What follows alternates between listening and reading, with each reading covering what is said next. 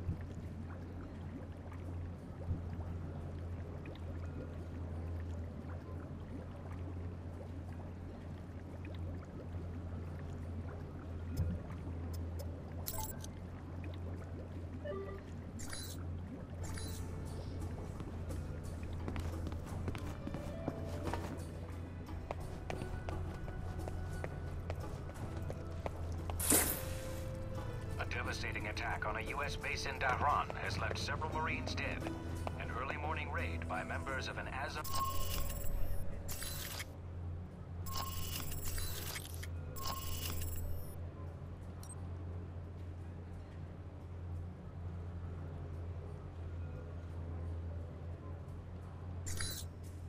A new museum exhibit has caused chaos in the streets of Rome.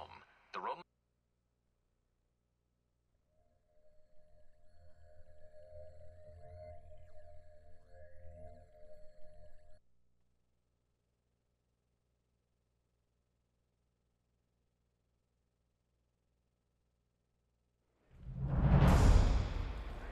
No sign of Albara yet. Maybe he stood you up. I don't know. Something feels wrong. Well, stay alert. I'm starting to trust your instincts. Sorry, that's... Switch off your transmitter. If you reach for your gun, one of my men will put a bullet in your skull. You open fire in here, it's gonna be a lot worse for you, trust me. Don't make me repeat myself.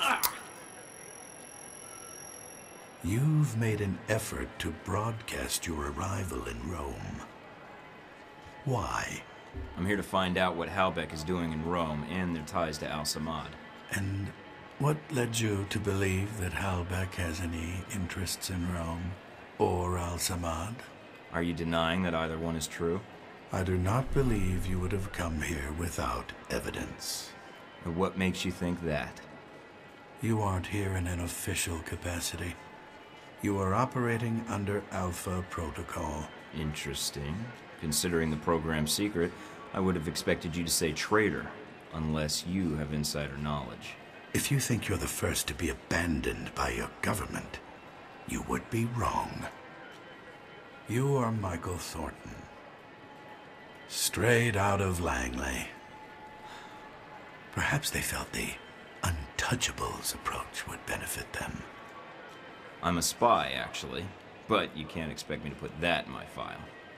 I'm guessing you're here to confirm the file you have on me. Anything else you need to check? Reports place you as someone loyal to your country and who believes in carrying their missions through. Is that so odd? In today's day and age, yes. But not to me. So you've done your homework, congratulations. I know who you are, too. You're Leyland's right-hand man, his lackey, toady, henchman. Chief of Security, as of a year ago. Those gloves keep the dirt off? Yes. And the blood, when need be. Considering how public your actions have been in Rome and how many CIA and NSA agents you've killed, I think you're hardly in a place to lecture me. What happened to Albara? Dead, of course. Once you'd ID'd him, well, his use to me was at an end. In less than a day's time, you have already managed to cause me considerable inconvenience. Now, tell me what you're doing here. I was tracking down a lead, and it looks like I've found it. I see. So you thought all you had to do was wait and we would speak. Interesting. What I don't understand, though, is why we're talking at all. Unless keeping me alive is important for some reason. I have orders, and I am a cautious person. So this is a social call, warning me away? That's polite of you. I believe you have nowhere to go for help. In that situation, it is a rare man who goes to his enemy's door. So, yes, this is a social call. A warning. You have proven yourself capable, but pursuing this course of action will not serve you any longer. Go underground, hide, but stay out of our way. Or else what? Or people you care about will start to die. We know you've been in contact with one of your fellow agents. That contact will die if you persist, and then we will kill you. Those are your terms. Allow you to carry out your mission, and I stay out of the way. Yes. You realize I would be betraying my country. Yes, and that does not change my terms. I understand your feelings, and I encourage you to set them aside. So we're done here. I leave Rome, leave you to your plan, and that's it. Yes. What you do next is up to you, but there are only two immediate choices. Leave, you live. Stay, you die. Why should I negotiate with you? How long will it be before they have a new chief of security, new secrets? You're just getting set up like I was. You are ignorant. Halbeck is not the same hierarchy as your organization, and the term loyalty is not used there lightly. Leave Rome. If we see each other again, it will be the last time.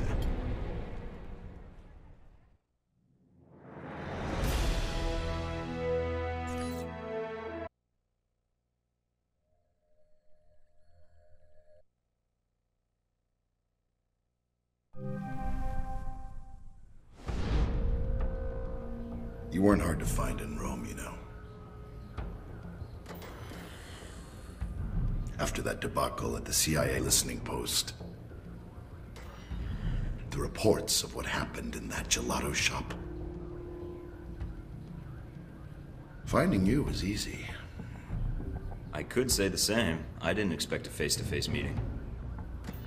And that's when you and Mr. Marburg met up and had lunch. Well, we talked. He had a lot to say about Halbeck and some suggestions about my involvement with your corporation. Really? I can rarely get 3 words from the man.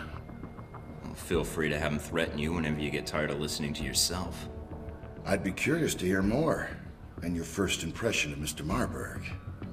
What did you discuss? We discussed business. Turns out both of us have experience with abuse of authority. He described you as a man of your word. Patriotic, I believe, also came into the conversation. But Mr. Marburg was not always the best judge of character. Nor does he instill much loyalty in employees. Speaking of which, this woman entered the picture not long after your meeting with Marburg. She was in our office in Rome. Madison, I believe. Yes. I always wondered, did you ever regret getting her into this?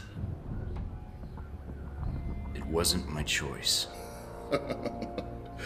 Oh, Mike. In the end, it was.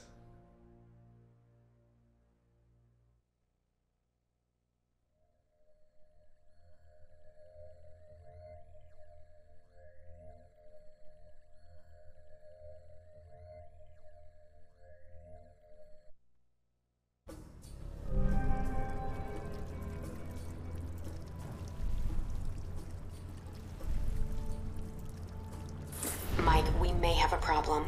The VCI employee I mentioned before, Madison, I think she's going to act. What do you mean, now? She's calling the operator and asking for you by name. She can't be working for Marburg, unless this is a trap. Who is she calling? The city directory.